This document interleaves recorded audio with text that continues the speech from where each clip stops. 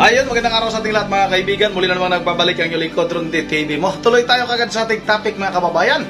Yun ang pag-usapan muna natin itong tungkol kay Axel Tibes, itong anak ni TTG leader Arnie Tevez mga kababayan. Wala pa tayong balita tungkol kay Arnie Tevez ngayon. Ang pinakalas natin na balita ay nung nag-request nga itong Department of Justice at nagpadala nga ng liham sa presidente ng Timor-Leste na i-turn over na nila dito sa ating bansa yung wanted na si Arnie Tevez mga kababayan. Itong si Axel Tevez mga kababayan ay napikon, nagalit ito dahil nga minarites ito mga kababayan doon sa Thailand na sinasabi nung mga kalaban sa karera ni Axel Tevez na itong si Axel Tevez daw ay wanted dito sa Pilipinas, kaya wag na kayong pumunta sa Pilipinas dahil nga si Axel Tevez ay wanted sa Pilipinas. Kaya itong si Axel Tevez mga kababayan ay nanggagalaiti, galit na galit mga kababayan.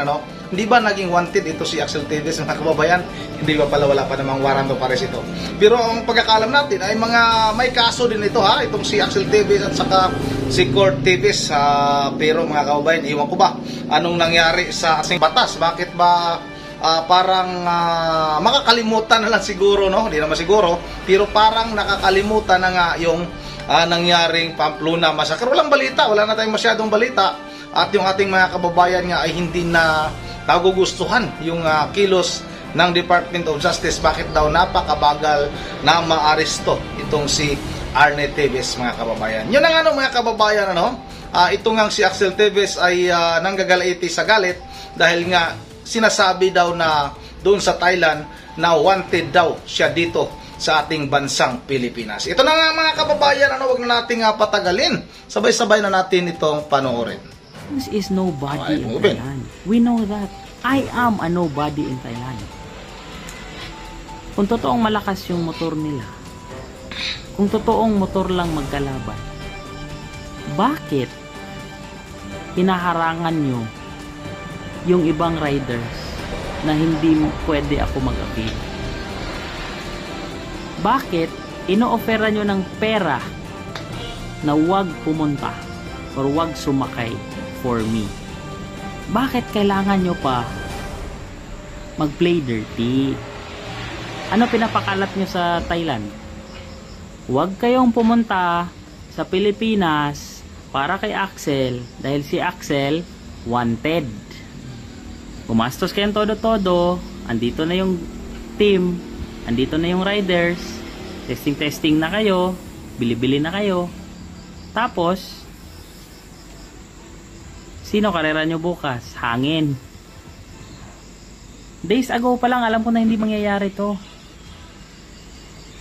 I just had to wait for the perfect timing nang matamaan kayo sa dirty work nyo. Diba? Diba? After nung NGO Thailand, NGO Philippines x Thailand, alam naman siguro ng lahat, tayo nag-champion, Team Good Boy. Because if you're not there, you will never win. Even in life, if you never try, you will never win. Not trying is failing. And wala kaming final date, wala kaming final path, wala kaming final bet. Nagpagawa ako sa Mindoro ulit ng bagong chassis na mas magaang. Ang purpose ko noon is to tune for Thailand. Kaso naabutan na ng panahon na nag-declare na si Rons na December 2, this and that. So when I had time, I called him. Nag-video call kaming dalawa.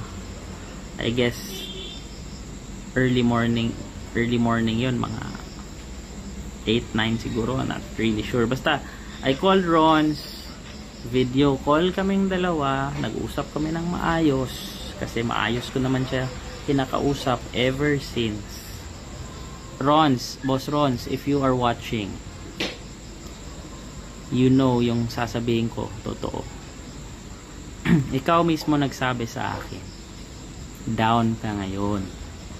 hindi maganda yung negosyo mo.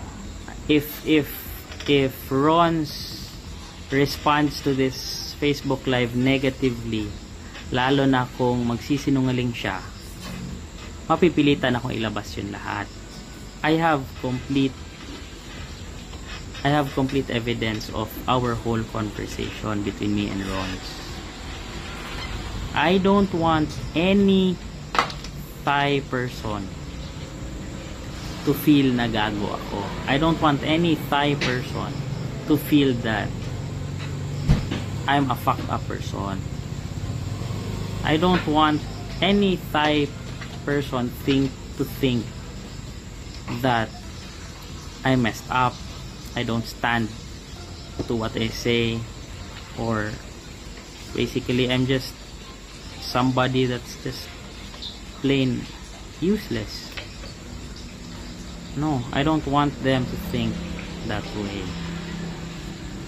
Eto lang, walang pera si Ron. That inamin niya sa akin. 1 lang daw. Kakabwesit is ang usapan dito, Axel Teves and Ron Siuson. Walang pera si Ron sa. Paano naging 3 yung Sonic? Hindi naman 50,000 yung race bike from Thailand, ah. 'Di ba? Paano naging 3 yung Sonic? All of a sudden naging 3 yung Sonic. Eh sabihin naman, hindi boss, binenta yung kotse, binenta yung Civic. Oo nga, I heard binenta. That's true. But how much? I don't know the exact values, but what I heard is nabenta ng 1.4 million. Makakabili ba yung 1.4 million mo ng 2 Sonic plus lahat ng Thailander pababain mo sa Pilipinas? Kasya na yung 1.4? Bakit naging ganon?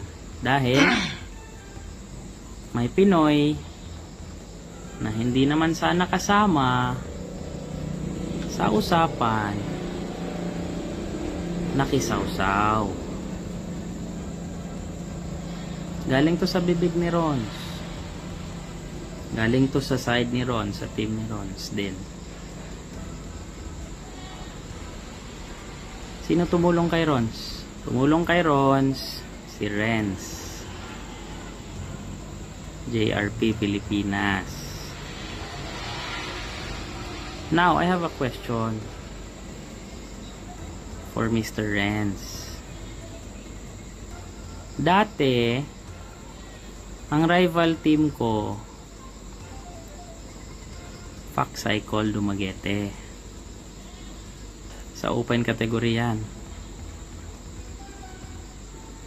Nung naglolo ko na yung KTM nila, in the hype of our rivalry, sa Red Speed din nila dinala. Si Red Speed din tumulong sa kanila. I did not take it personally against Red Speed. Never. Since that day. Wala, sabi ko baka mabait lang, tumutulong lang sa kaibigan. Okay, no problem. Hanggang andon, tapos wala atang nangyari kasi wala namang, hindi ko nakita sa karera, wala basically it went nowhere. But ang point ko is, nung kami ni Fuck Cycle Dumaguete may rivalry, dun siya tumulong. But to prove that I did not take it personally, i-backcheck nyo yung pictures or videos. Ngayon, dito to sa pangit na part, sa kay Ron. Nung andyan na sila, yung mga backer niya, wala na. Rons is nobody in Thailand. We know that. I am a nobody in Thailand. Kung totoong malakas yung motor nila, kung totoong motor lang magkalaban, bakit hinaharangan nyo yung ibang riders na hindi pwede ako mag-avail? Bakit ino-offera nyo ng pera na wag pumunta or wag sumakay for me? Bakit kailangan nyo pa mag-play dirty? Bakit kailangan nyo pa mag-play dirty? That's my question. Bakit inoferan nyo sila? Bakit inoferan si Ebon ng pera para hindi sumakay sa akin? Bakit inoferan si Arm ng pera para hindi sumakay sa akin? Why? Why? Dahil gusto nyo si Kirby.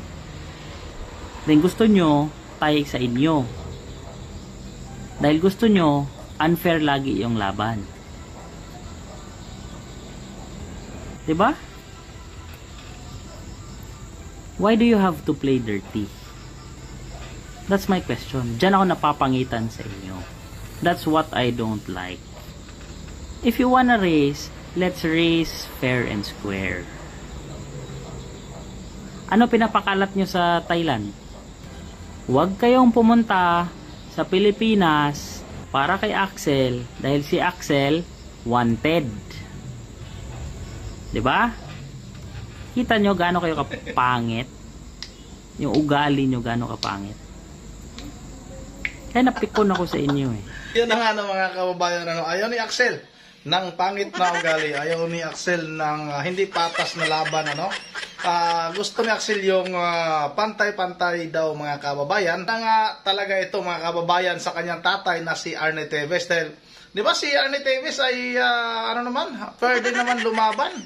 Binayaran yung mga suspect nung yung mga bumaril doon sa kay Gobernador Ligamo, yung 10 nakakulong mga kababayan para lang bumaliktad, binayaran ayun nga sa mga balay-balita ay titig 8 million. Tapos itong si Axel may lakas pa ng loob na magsabi ng ganun mga kababayan na dapat maging fair naman tayo, maging hindi naman ano ba tawag niya mga kababayan, huwag magiging madaya. Yun ang mga kababayan, kayo na lang din yung bahalang humusga. Ito pinapakita ko lang ito mga kababayan para naman maalala paulit ng ating mga kababayan na itong si Arnie Teves ay wanted nga sa ating bansa at patuloy pang pinaghahanap hanggang sa ngayon. Ito ang anak ni Arnie Teves na si Axel Teves mga kababayan ay ang pagkakaalam natin ay nakasama ito sa kaso doon nga sa mga nakaraan na isinampang kaso sa pamilya na ito. Pero iwan ko lang mga kababayan bakit ganun kaluwag mayroon pang sinasabi na na-praise yung kanilang ari-arian pero parang wala namang epekto sa kanilang pamilya dahil nga ito makipagpustahan mga kababayan sa karira ng mga motor ay milyon ang pinag-uusapan na kanilang pustahan mga kababayan. Kaya napakayaman pa rin. Walang epekto yung ginawa ng ating pamalaan na pag-fresh ng kanilang ari-arian mga kababayan. Yun na nga hanggang dito na lang muna at subukan natin mag-shoutout pala mga kababayan. Yun na nga shoutout kay Member Jever Halidios ng Pulilan, Bulacan. Kay Ma'am Joyce ng Japan. Kay Roberto Mabaling, kay sino ba to? Josing Estilero, kay Rolando Empilio, shout out, kay Carmelita Garcia, shout out, kay Lolito Regencia, kay Klaus Olivia, shout out Orlan Canilla, kay Scout Ranger Idol, shout out kay Shields Vlog, shout out sa iyo Idol, ay Sonic Han, shout out kay Maria Ninya Kasuila, shout out Mida Billy Caria, shout out Gahirong Guard, shout out sa iyo Idol, kay Jimmy Avelia, Robert Magsino, shout out Roberto Magsino, kay Idisa Borbi, shout out sa iyo ma'am, kay Corazon Bonsi, shout out sa iyo ma'am, Yolanda Bentayen, shout out, kay sino pa to? Junel Banatad, tapos Junel Banatad, shout out kay Caroline Kawakami, ma'am, shout out, ma'am Caroline Kawakami, shout out ha. Kay Yui It's Imfe, shout out ha. Kay sino pa to? Kay Rosie Ugad, shout out, at kay Loyolanda Lapos. Yun ang mga kababayan, kay Jade, shout out, at kay Binita Acuña. Yun ang mga kababayan, dito lang muna at once again, this is Ronde TV mo. Ingat ang lahat, God bless bawat isa sa atin.